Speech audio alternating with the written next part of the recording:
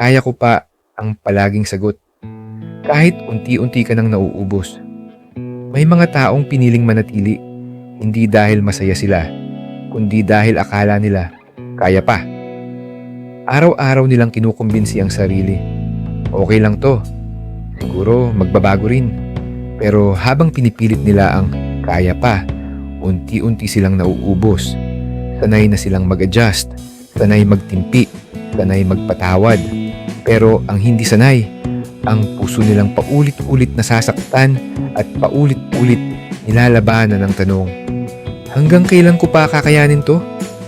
Ang totoo, hindi lahat ng kaya mo, dapat mong tiisin.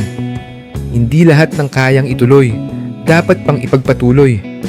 Minsan, ang tunay na tapang ay hindi yung nananatili. Minsan, ang tapang, yung marunong lumayo kapag wala nang natitirang respeto o pagmamahal. Kung ikaw to, na paulit-ulit pinipilit ang sarili, pakinggan mo naman ang tahimik na iyak ng puso mo. Hindi ka nilikha para saktan. Hindi ka nilikha para tiisin ang hindi mo na dapat tinatanggap. Comment mo sa baba. Kailan mo huling sinabing, kaya pa, kahit hindi na talaga?